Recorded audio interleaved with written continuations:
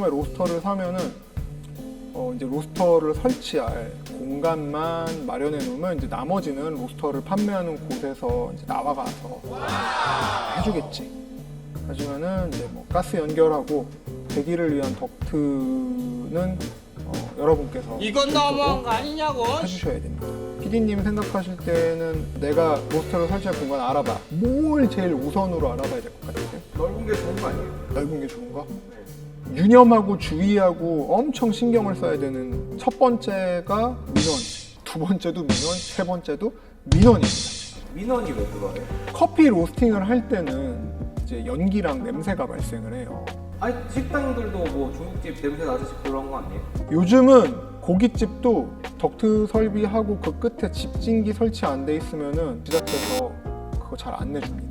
대기 오염에 대한 사람들이 되게 예민해졌잖아요. 황사부터 시작을 해가지고 재연기를 설치하면은 이런 부분은 뭐 해결되는 거 아닌가? 라고 생각하실 수도 있겠지만은 이 재연기가 또 완벽한 해결책은 아닙니다. 그러니까 다 볶은 커피의 냄새는 참 향긋하고 좋죠. 네. 근데 그 중간에 나는 냄새는 사실은 되게 안 좋습니다. 자, 그러다 보니까 이제 한때 그 아파트형 공장, 예전에는 아파트형 공장으로 불렸고 지금 이제 지식산업센터라고 하잖아요. 근데 일로 그 로스팅 공장을 이전하는 사례들이 되게 많았었습니다. 거기에 입주했던 로스팅 팩토리들이 현재 더 외곽으로 이전하는 경우가 되게 많아졌습니다. 왜 그러냐면 처음엔 아파트형 공장이었잖아요. 지식산업센터로 이름이 그럴싸하게 바뀌었잖아요. 일반 사무실들이 입주하는 경우가 많아지니까 민원을 지속적으로 계속 제기를 하는 거예요.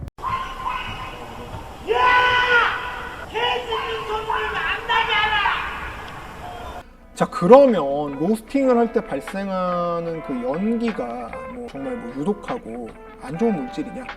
사실은 그 고깃집에서 나오는 연기랑 동일한 취급을 받습니다. 별도의 뭐 환경 평가 또는 또 정밀 검사 같은 거를 하지 않아도 됩니다. 그 재연기 필수 요건은 아닙니다. 근데 요즘은 민원이 워낙 들어오니까 지자체에서 이 커피 로스팅으로 식품 제조업 허가를 낼 때는 그 담당자의 재량으로 재연기를 무조건 설치하게끔 하는 경우도 있습니다. 근데 이 냄새에 대해서 민원을 제기하는 분들이 사실 되게 그 강경한 분들이 많습니다. 아예 더 상급 기관인 환경부에다가 직접 민원을 넣어버리는 경우도 있어요. 자, 그러면 결국은 민원을 유발하는 쪽, 그러니까 커피 로스팅을 하는 쪽이 억울하지만은 질 수밖에 없습니다. 이게 어떤 식으로 보통 진행되냐면 이 사례들이 되게 많은데, 자, 어쨌든 그 합의점을 못 찾는 거예요. 그러니까 로스팅을 하는 쪽에서는 이제 그 민원을 제기한 쪽에 예를 들면은 그러면은 우리가 어떤 시간대에만 좀 해서 하겠다. 뭐 주말이라든가 밤 시간대는 안 하고 낮 시간대 이렇게 하겠다. 그래서 어느 정도 합의를 보는 경우도 있는데, 모르겠어. 나는 내가 사는 쪽에서 이런 냄새랑 연기 나는 게 너무 싫어. 못 견디겠으니까 나가! 그러면 이제 합의점을 못 찾고 계속 부딪히면은 이 민원인들이 관할 지자체 위생과나 환경과에다가 그냥 계속 전화를 합니다. 지자체에서 불시점검을 나와버립니다. 다른 위법사항을 잡죠. 관할 주무관청이 나와가지고 털면은 안 걸릴 수 있는 업체는 없습니다. 그거를 잡아서 이제 압박을 합니다. 결국 괴롭혀서 나가게 한다는 거예요. 보통은 계고 처분으로 끝나요. 경고 같은 거죠. 다음에 이거 또 동일한 사유로 또 하면은 그때는 처벌 들어갑니다. 하고 끝낼 사유였는데 그걸 갖다가 영업정지를 내려버렸어요. 영업정지를 맞으면 사실은 이제 그거를 갖다가 과태료로 가름할 수가 있어요. 왜냐면 저희는 공장을 멈추는 손실이 더 크니까. 근데 이제 안 된다고 한 거죠. 그 말인즉슨 빨리 이전해라.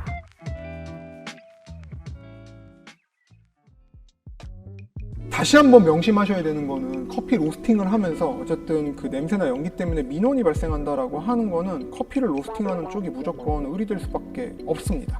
작으니까 괜찮지 않아요? 지금 PD님 얘기하신 것처럼 이제 1에서 2kg급 완전 소형 로스터들 같은 경우에는 실제로 그 주택가 근처에 아파트 상가 같은 데서 쓰는 경우들이 있고 상대적으로 민원 발생 요소가 그렇게 많지는 않아요. 1, 2kg급 소형 로스터들도 가능하면은 워터버너 태우는 뭐 제연 설비를 하시거나 그렇지 않을 경우에는 그 배기용 덕트를 이렇게 그 건물 옥상, 그러니까 배출구가 위로 올라가면 올라갈수록 그 밑에 영향을 줄 확률이 좀 적어집니다. 그 다음에 저도 이게 처음에 로스팅 팩토리를 할 때 그 실수가 뭐냐면은 면적이라는 거를 고려를 안 했어요. 넓으면은 임대료가 올라가니까 저도 그때 생각을 했던 게 최소한의, 그러니까 이 로스터가 들어갈 수 있는 공간 정도면 충분하겠지라고 생각을 하고 로스팅 공장을 마련했다가 아주 고생했죠. 일반 카페에 만약에 5에서 6kg 로스터를 별도의 로스팅 룸을 만들어서 설치한다라고 하면 보통 5평 미만으로 집어넣거든요. 조그만 로스팅 룸 면적도 좁고, 그러니까 좌우 면적도 좁고, 그 다음에 위에 천정도 낮을 경우에 5배치, 6배치, 10배치를 하기 시작을 하면 어떤 일이 생기냐면 로스터 자체에서 나오는 열기가 로스팅 룸 안을 가득 채우기 시작합니다. 처음에는 12분 정상적으로 끝내던 로스팅 작업이 나중에는 14분, 15분 뒤로 계속 지연되는 현상이 발생하기도 하고요. 그 다음에 원래 쿨링이 떨어지면은 정상적으로 이렇게 넓은 공간 15kg의 원도가 튀어나왔을 때 대략 1분 정도면은 뜨거운 기가 다 가시고 2분에서 3분이면 완벽하게 차갑게 식거든요. 안 식습니다. 심각하게 안 식습니다. 쿨링이라든가 아니면 로스팅 시간이 길어지면은 오버쿡 되는 거예요.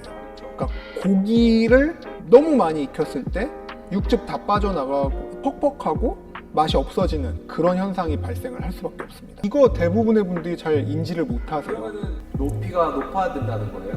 그렇죠. 그래서 저는 처음에 이제 4평짜리에 이거를 우겨놓고 방금 얘기했던 정말 극단적인 상황까지 몰려서 정말 너무 고생을 했었는데, 다른 똑같은 15kg를 쓰는 업체가 이제 한 40평짜리 지식산업센터. 근데 나중에 이제 그쪽 그 대표한테 물어봤더니 자기네도 에어컨을 켜놔도 여름이면 열이 계속 누적되는 게 안 사라진다는 거예요. 발산되는 열기는 좌우로 안 퍼져요. 위로 올라가요. 그러니까 위가 막혀 있으면은 좌우 공간이 아무리 넓어도 로스터 주변에서 계속 맴돌고, 로스터가 열을 받을 때는 열을 받아야 되지만은 쿨링을 할 땐 또 확실하게 쿨링을 하고 다시 들어가야지 이 사이클이 정확하게 반복이 되는 거거든요.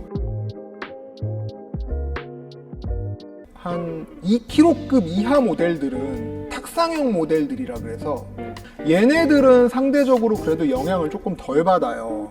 그렇지만은 이제 그 톨 사이즈, 그 자력으로 밑에 받침대 없이 쓰는 보통 5kg급 모델서부터 그렇게 되거든요.